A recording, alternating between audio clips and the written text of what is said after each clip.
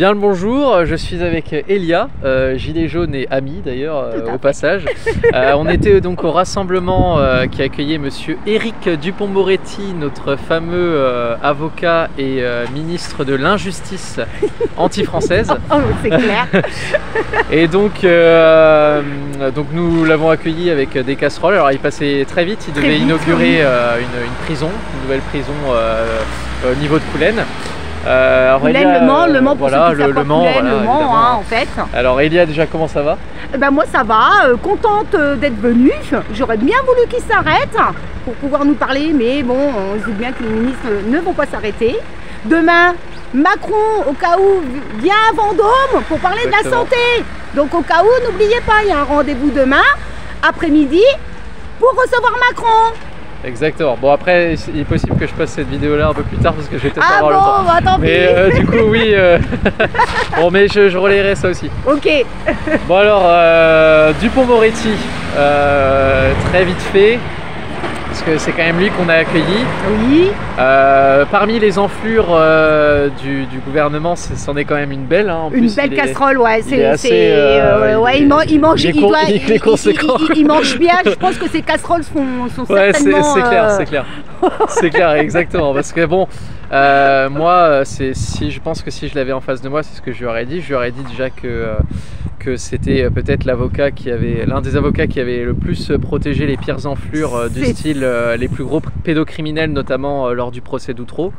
Vous savez que M. Dupond-Moretti, que j'adore, a interrogé pendant 6 heures un enfant de 7 ans à Saint-Omer. Il a interrogé pendant 6 heures un enfant de 7 ans. Et il a trouvé qu'il n'était pas cohérent. Et c'est ce qui a changé le procès d'Outreau. Où tous les enfants ont été reconnus victimes, entre parenthèses. Tous, 12 sur 12. Donc vous voyez, c'est pas possible. Un type comme Dupond-Moretti, moi je suis expert, il me fait pas peur. Ça fait 30 ans que je suis expert à la cour d'assises. Mais imaginez un gamin, imaginez le petit Delay qui a subi des horreurs avec cet ours qui lui crie dessus et le président qui dit rien du tout. Vous imaginez ce que c'est? Alors là, effectivement, hein? Bon, c'est vrai que ça, la protection. Non, mais c'est ça. Vous attendez quoi de ce procès? Mon acquittement. Moi je suis venu pour mon acquittement, sinon ça servait à rien que je vienne. Je suis venu pour mon acquittement. Comment? Moi je me suis préparé dans le calme. Et pour les enfants Outreau, il n'y en a pas de la pitié? Pour les enfants de lait? Hein? Mentir du matin au soir depuis 10 ans, ça vous plaît pas ça? Nous, ça nous fait chier, nous. Donc arrêtez de faire passer les autres pour des... Monsieur, moi je vous adresse pas la parole. Bah moi je vous parle, moi. Bah si, moi je vous filme. J'appelle la police. Je vous filme. La police. Bah allez-y. Oui. Bah allez-y. D'accord? Ouais, d'accord. Qu'est-ce qu'il y a? C'est des menaces? Mais qu'est-ce qu'il y a? C'est vous qui parlez mal. Non, c'est vous qui me parlez hein? mal. Défendez pas les mauvaises personnes. Défendez pas les mauvaises personnes. C'est quand même quelqu'un qui veut censurer un maximum sur internet et les réseaux sociaux, qui a dit qu'il fallait absolument que tous ceux qui partageaient des contenus soi-disant haineux, vous vous rappelez avec la loi Laetitia Avia qui n'est pas passée, eh bien il fallait que ces gens-là ils soient poursuivis au pénal et dans les plus brefs délais. Donc c'est quand même quelqu'un qui est liberticide, hein. C'est quelqu'un qui se targue d'être antiraciste alors qu'il a dit un jour à Zemmour qu'il serait bien content de garder les Arabes en France parce qu'il lui ferait le ménage. Donc si ça c'est pas une phrase raciste justement, même Zemmour ça l'a choqué quoi. Il a dit ça, c'est vraiment une phrase de bourgeois bobo qui a besoin d'esclaves quoi. Non, parce que si les Arabes demain, et les immigrés, et tous les gens qui sont venus ici se barrent, vous êtes dans la merde pour faire votre ménage. Vous avez compris? C'est un argument de bidon, de bobo, de bourgeois qui a besoin d'esclaves, qui a besoin d'esclaves. Avec des mecs comme vous, on va pas vous mettre d'accord. Donc, mais Moretti, de toute façon, devrait être dans cette fameuse prison là qui se trouve juste derrière nous. C'est lui qui devrait être en prison, ainsi que d'autres ministres comme Borne. Puis Macron, carrément Macron. Il y a eu des choses de cachées, si je ne me trompe pas, avec Macron, il a caché certaines choses, de mémoire, je ne sais plus quoi. Rien que de l'argent déjà. Voilà, c'est ça. Avec Rothschild. Il y a quoi encore? Véran aussi. Il y a le Braun. Braun.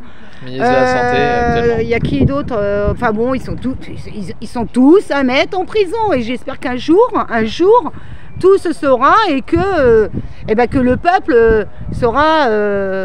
Vous vous souvenez de Louis XVI? On verra bien si le peuple sera capable. Alors même si c'est pas le peuple qui a décapité Louis XVI, oui. C'est la bourgeoisie qui est arrivée au pouvoir après. Et, mais oui, ce serait bien qu'on fasse ce que ceux qui sont au pouvoir aujourd'hui finalement, parce que ceux qui sont au pouvoir aujourd'hui, c'est ceux qui sont à la tête de la République, donc ils ont l'héritage de la décapitation du roi. Et donc ce serait bien que nous, on renverse. On fasse finalement la chose inverse, c'est-à-dire qu'on décapite les héritiers de la décapitation, quoi. Bon écoute, Elia, voilà. merci pour cette. Et puis en tout cas, faut absolument rien lâcher, parce qu'il est vrai que des fois on peut être fatigué en disant ouais, il y en a ras-le-bol, ouais, ça n'aboutira à rien, etc. Mais justement, on comprend, moi-même, comme toi Enzo, on est fatigué, on est dans la rue depuis le 17 novembre 2018. On a des périodes où on est fatigué. Mais justement, prendre un petit temps de pause, une semaine s'il faut, ou quelques jours pour d'autres, mais il faut toujours rester à combattre intelligemment, comme là, venir manifester qu'on est présent par d'autres actions. Il y a des blocages de ronds-points, il y a plein d'actions et il ne faut pas abandonner, surtout pas abandonner, parce que si aujourd'hui on abandonne, ou dans un mois, le gouvernement gagneront, l'Union européenne gagneront. Ne pas oublier qu'ils envisagent d'ailleurs, l'Union européenne, de nous faire mettre le passe carbone pour 2027. Donc, rien que des choses comme ça. Il faut absolument pas qu'on lâche l'affaire, même si des fois on est fatigué. On prend un temps de repos et on recommence. Et on recommence. Il faut surtout pas lâcher. Ce sera le mot de la fin. Merci Alia, c'était nickel. De rien. J'ai rien à rajouter à ce discours. Et la retraite? Vas-y. La retraite, on s'est battu pour la gagner, on se battra pour la garder. Très bien, nickel. Et on est là. On est là.